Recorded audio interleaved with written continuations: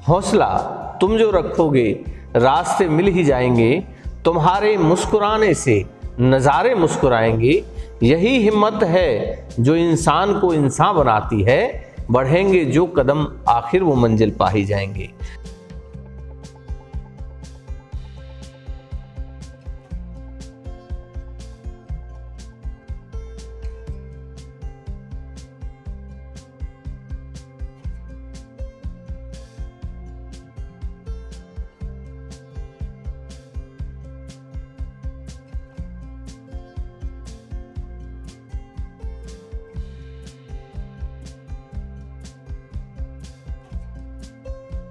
नमस्कार, आप सभी का स्वागत है और मैं हूं आपके साथ कृष्णा। जैसा कि आप सभी जानते हैं, पायनियर हरियाणा ने एक मुहिम चलाई हुई है पायनियर कनेक्ट कॉलम, जिसमें हम आपको शहर के जाने माने नामों से मिलवाते हैं।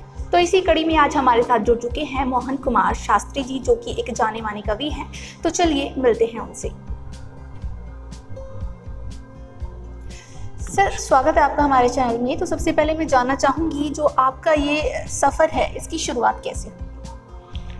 देखिए बेटा, होता ये है कि जब कोई व्यक्ति लिखना शुरू करता है तो कहीं ना कहीं उसके पैतृक और जो समसामयिक जो लोग साथ में होते हैं उनका कहीं ना कहीं उस पर असर पड़ता है। तो मैं ये समझता हूँ कि मैं मूलतः गांव गढ़खेड़ा फरीदाबाद बल्लवड़ से हूँ मैं। और बचपन में गांव में बहुत सारे, जैसे कि आप जानते हैं, गांव में चौफई, रास, रंग ये सब होता था। और मैंने सुना है कि हमारे दादाजी भजन लाल जी, दादा कारे लाल जी और दादा भगवंत सिंह जी, बहुत सारे लोग थे जो इस तरह का शौक़ रखते थे। तो मैं समझता हूँ ये वंशानुगत वंश क्रम से कहीं ना कहीं साहित्य का शौक़ रक्त में रहा। और जैसे जैसे हम कॉलेज लाइफ में गए, मैंने शिक्षा प्राप्त की आश्रम हरिमंदिर संस्कृत महाविद्यालय पटौदी से। तो जैसे वहाँ रहे तो वहाँ भी बहुत सारे कार्यक्रमों में हम लोग भाग लेते थे। उसके साथ जब विद्यालय जीवन शुरू हुआ, शिक्षण का क्षेत्र शुरू हुआ, तो आज मैं पिछले 10 वर्षों से मॉडर्न विद्यालय फरीदाबाद सेक्टर 17 का शिक्षक हूँ, जहाँ पर बहुत अच्छा, आप देख रहे हैं कि हमारे यहाँ पर बहुत अच्छा ऑडिटोरियम और बहुत सारी भव्य सुविधाएं हैं, और जहाँ पर समय समय पर अनेक कार्यक्रमों में बोलने का अवसर मिलता है। तो इस तरह से प्रारंभ हुआ ना। ये कहना कि पहली बार कब लिखा, तो ऐसा ज़्यादा स्मृति कुछ नहीं है, लेकिन मैं समझता हूँ कि 4 पंक्तियाँ मैंने कभी इस तरह से लिखी थी कि हौसला तुम जो रखोगे रास्ते मिल ही जाएंगे। तो ये मेरी शुरुआत के दौर की पंक्तियाँ रहीं, और फिर धीरे धीरे क्रम बढ़ता गया। और जैसे आप जानते हैं, हमारे फरीदाबाद में बहुत बड़े बड़े कवि लोग हैं, उनके संपर्क में आया दादा दिनेश रघुवंशी जी, आदरणीय दादा मंजीत सिंह जी, दीपक गुप्ता जी, डॉक्टर राजेश खुशदिल जी, और जाने कितने नाम, जिनके संपर्क में, जिनके आशीर्वाद स्वरूप कहीं ना कहीं कलम ने चलना शुरू किया। और आज आप जैसे सभी लोगों का स्नेह प्राप्त हो रहा है। हमारे फरीदाबाद क्षेत्र का गांव है पनहेड़ा खुर्द। वहाँ एक बहुत बड़ी प्रसिद्ध विश्व स्तरीय हस्ती हुए हैं आदरणीय ब्रिगेडियर चंदन सिंह जी। उनकी जीवनी को लेकर के मैंने एक उनकी बायोग्राफी, उनकी जीवनी लिखी थी, जो कि उनकी पुत्री बेटी शीला, बहन शीला जी के निर्देशन में हुआ था कार्य। और उस पुस्तक से ये समझिए कि जैसे किसी माँ बाप को अपना पहला बच्चा बहुत लाडला होता है, ऐसा कहते हैं, वैसे सभी बराबर होते हैं। तो कहीं ना कहीं बहुत जुड़ाव है। और उस पुस्तक के माध्यम से ऐसे देश के सेनानी के विषय में मैं कुछ लिख पाया जिन्होंने अति विशिष्ट सेवा मेडल भी प्राप्त किया था। जी, तो सर बात करें, जैसा कि अभी आपने बताया कि आपने लिखी, तो ऐसा कौन सा विषय आप उठाते हैं अब तक जिस पर आपने सबसे ज़्यादा लिखा है? मैं जैसा कि आपको बताना चाहूँगा कि मेरी पारिवारिक जो पृष्ठभूमि है, कहीं ना कहीं सेना से जुड़ाव मेरा रहा है।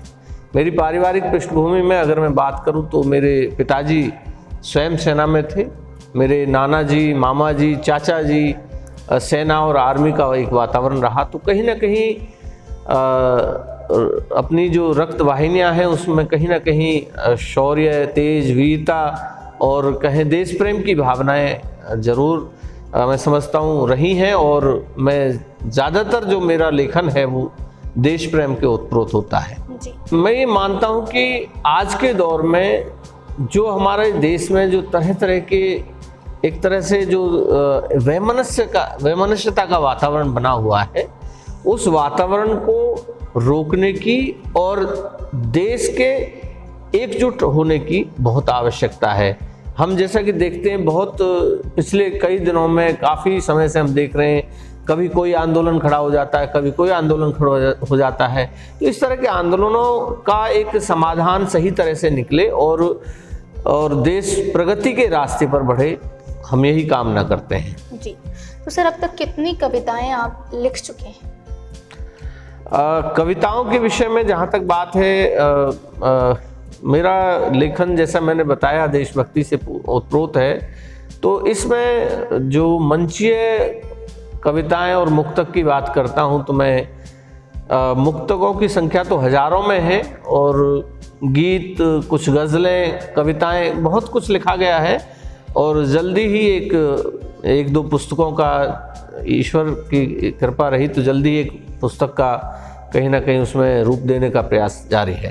फिर भी मेरा सौभाग्य है कि देश भर के बड़े बड़े साहित्यकारों से स्नेह प्राप्त हुआ है, और विशेष रूप से बात करूं तो मैं अपने मंजीत सिंह जी हैं, दादा दिनेश रघुवंशी जी हैं, आदरणीय डॉक्टर विष्णु अपने प्रवीण शुक्ल जी हैं, आदरणीय दादा राजेश खुशदिल जी हैं, इन सभी लोगों के साथ मंच साझा करने का और इनके सभी के चरणों में बैठने का सौभाग्य प्राप्त हुआ। और कुछ ना कुछ निरंतर मैं सीख रहा हूँ और सीखना चाहता हूँ। जी।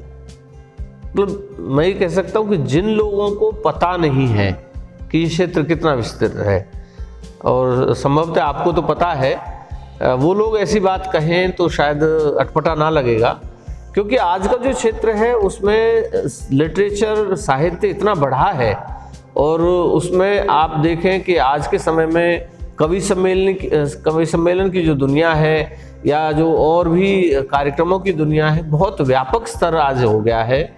और पिछले 1 वर्ष में जो लॉकडाउन भी रहा, उसके बावजूद खुद मैंने 50 प्लेटफॉर्म पर काव्य पाठ किया, और अब जब खुल रहा है, धीरे धीरे सब कुछ साधारण होता जा रहा है, नॉर्मल होता जा रहा है, तो फिर से वही प्रक्रिया शुरू हो गई है, कवि सम्मेलन शुरू हो गए हैं, और धीरे धीरे मंचों की तरफ बढ़ रहे हैं हम।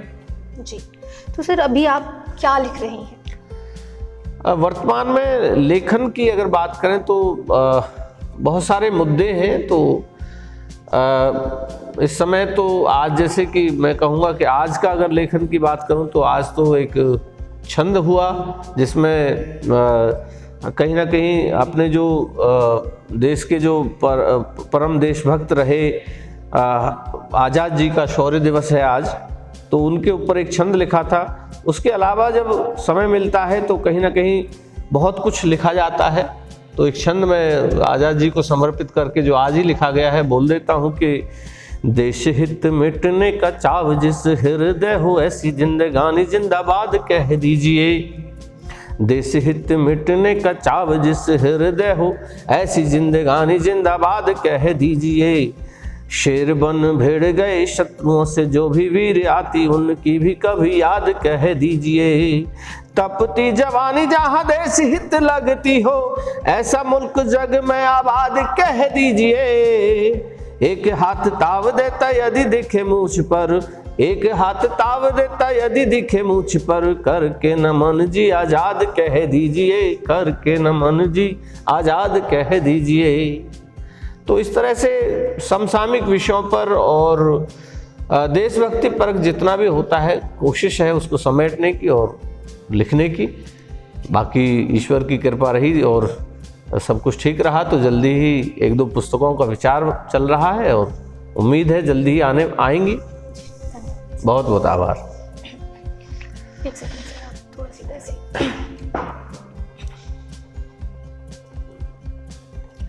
तो हमारे साथ जुड़े थे कवि मोहन कुमार शास्त्री जी, जिन्होंने बताया कि किस तरीके से उन्होंने अपने इस करियर की शुरुआत की। ज़्यादातर उन्होंने देशभक्ति के ऊपर लिखा है, देश के ऊपर लिखा है और लगातार वो लिख रही हैं।